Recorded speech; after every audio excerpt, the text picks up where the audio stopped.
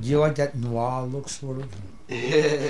Well, it looks like you've got an extensive LP collection, and that's very good. Do you know anything about what's happening in the industry? Actually, you know what? We'll start there. You can start anyway. We're talking to because we can edit this around. We sure can. We're here talking to Billy Hancock. The man's been in music for 4 decades, maybe 5. 4.5. 4.5. 4.5. And damn, I'm old, aren't I? Yeah, you're old. we're right on your tail. We're right on your tail. So let's start it now. 2 things that you've brought up: where you're playing and what's going on in the industry, because we're looking at some records. So what is going on with records these days? I know vinyl's making a comeback, but what do you? Let's hear it. Well, I'm playing everywhere, and I'm going to be putting up on my website and my MySpace my 2009 schedule. And I hope to be doing quite a bit of touring. I got canceled on a couple of them this year, mostly due to airfare prices. Well, they're coming back down, aren't they? I mean, the gas are now, yes. Good. But in the time that I was supposed to be in, not Europe this time, Asia, I was. It was just through the roof. Gotcha. And so perhaps the overseas schedule will be a little more full this year. Mm-hmm. But last year I did manage to get in Helsinki and you know, and France, of course. France has always been sort of my third home. You know, I there's a debate as to whether Washington D.C. or New York City are really home, since I've spent about equal time, you know, in the 2 places. We're claiming you. Okay, can. We're claiming you. They claim me, you can claim me. You were born in Alexandria? Yes. We got you. Yeah. So, and I want to hear more about the schedule, but so vinyl. Vinyl. Yes. Well, I've done some research. I went online. There's a new type of vinyl now, and it's already been introduced. We don't have to wait for it. You can go right out and get it. It's very expensive. Right. It's called 180 gram vinyl. That's what it is. And it is a fairly lightweight, but thicker, very smooth, more akin to the old European vinyl. Like when you got a Beatles record on Capitol, it's exactly what you got. You got a Capitol record, which could be injected, molded plastic like a toy. But if you bought the Parlophone counterpart, you got a good product. Preaching to the converted right here. All right. We're on the same page. Oh, no doubt. You could even look at it and see it was nice. The edges were perfectly smooth, not jagged like the American counterpart, right? You know? Oh, yeah. So that's the way the new stuff is. Now they have used some kind of, I want to say Teflon, but we're not going to use that word because that's not what it is anymore. Mm-hmm. They've used some kind of coating on the new ones that make them, unless you get out the grinder or something, they're virtually scratch proof. They're not going to get paper scratches or scratches from a lightweight stylus. You'd have to work at it. Yeah. Okay. Yep. The reason for this format addition, I'm not going to say change because we haven't changed anything yet. Right. A format addition or a reintroduction. Let's call it that. Is that good? Reintroduction. Even though it's a little modified.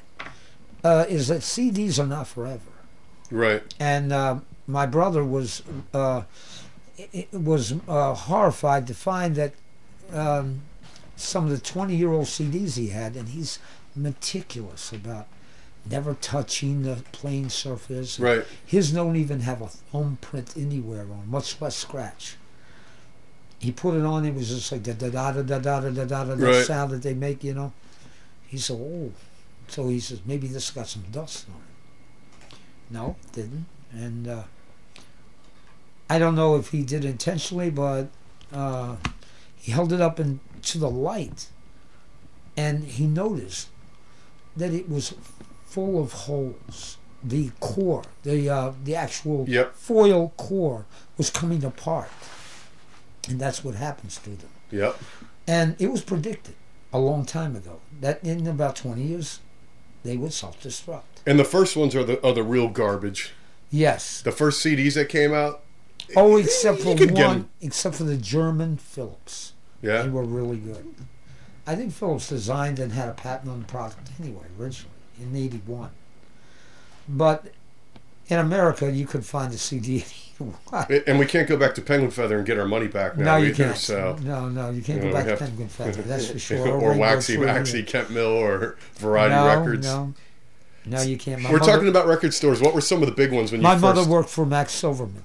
Yeah? Yes. And she worked for Swiller, and she worked at other places too. She worked at department stores where they weren't record stores, but they had... the record section. The record section. Yeah. And so those were called racks. Then you would have a guy from a one-stop that would come in weekly and service your rack. Right. And he was called a rack jobber.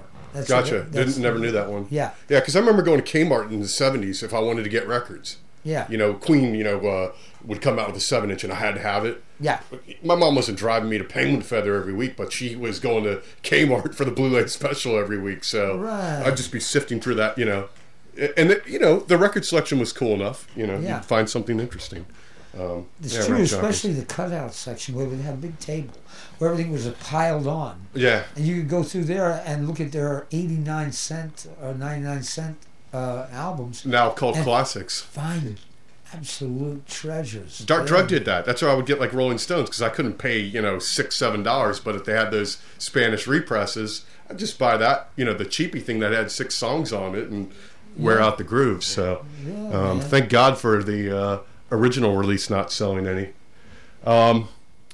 Okay, so let's go back to the beginning then. So you were born in Alexandria. Yeah. Your mom was on the periphery of the industry because she was working in the record store. She was a seller and a buyer. Both. And a buyer, how so? Can elaborate on that a little bit? Well, you had old time song pushers and record promoters back in those days. Yeah. None of this applies now. Mm-hmm. We're just talking about the way things were. Yeah. And the record promoter was the guy who went to radio stations, and he would push a piece of plastic in front of the DJ or station manager or program director, and he would say, "Hey, look, kids love this band in this area." Right. And they played so-and-so swimming pool party last week. Well, they had these things, teen clubs. Mm-hmm. Why don't you get a few spins? While you're at it, have an envelope for you. Ready to go out, have a good time, Because it wasn't illegal then either. Right. So we're talking, this was how things were done. Yeah. And you say, hey, thank you. I'll give it a spin and I'll open up the phones. And that's how groups became popular. Gotcha. And sounds like a pretty good method to me, actually. It's back again. It's business. But it's perfectly legal. Like I know because I have a record company, and you get these letters from all kinds of people. Give us $47. Right. You will be you'll be guaranteed so many downloads, and we'll send your record to so many radio stations, and you will be guaranteed 200 plays. Gotcha. And it's perfectly legal now. Right. I mean, people were ruined through payola. Right. And I mean, what's wrong? I mean, what's the difference between payola and campaign funding? Are there any? And you're supposed to take the camera going. Yeah, but even more so, you can't rely on a DJ to necessarily have one kind of given taste. Who cares what the taste of the DJ is? Yeah. There's no accounting for what ends up on radio. Not then, not now. Well, you'd like to think cream rises to the top. Right. But in those days, you see, the kids did let you know. Yeah. They'd call in and say, play that fast thing one more time. Yeah. They would let you know what they liked.